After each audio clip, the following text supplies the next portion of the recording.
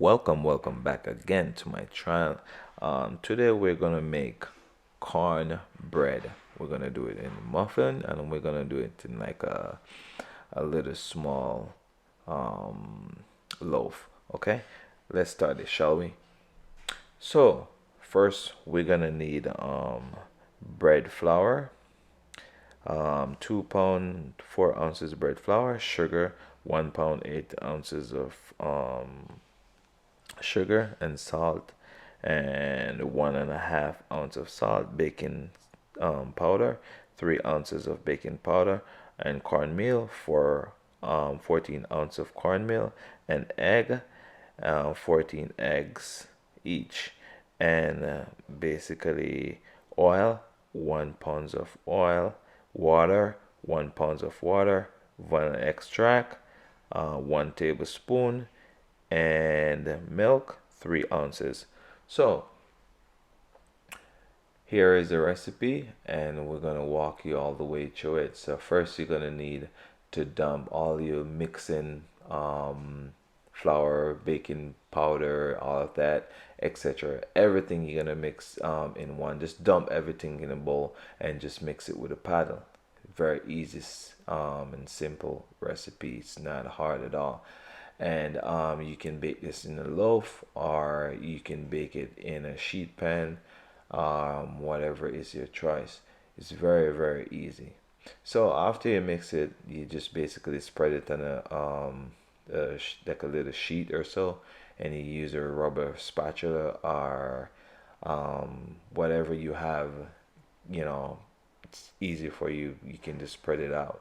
After you spread it out, then you can bake this at 350 or 325. I would say 325 is a good temperature to bake. um, this can take up to 30 to 25 minutes. It all depends on what kind of oven you're using, and if you making like um a muffins, you can basically like scoop it like in 1 scoop or 8 ounces scoop, and that will definitely work good. And this, I want to let you know that this puffed up pretty good. It's a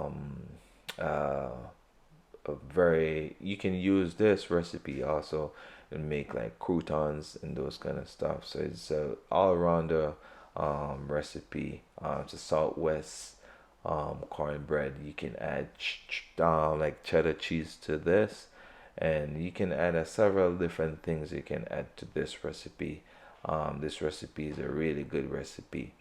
um, I'm going to show you the finished product of baking this cornbread recipe. And as you can see, I'm baking this like in a convection oven.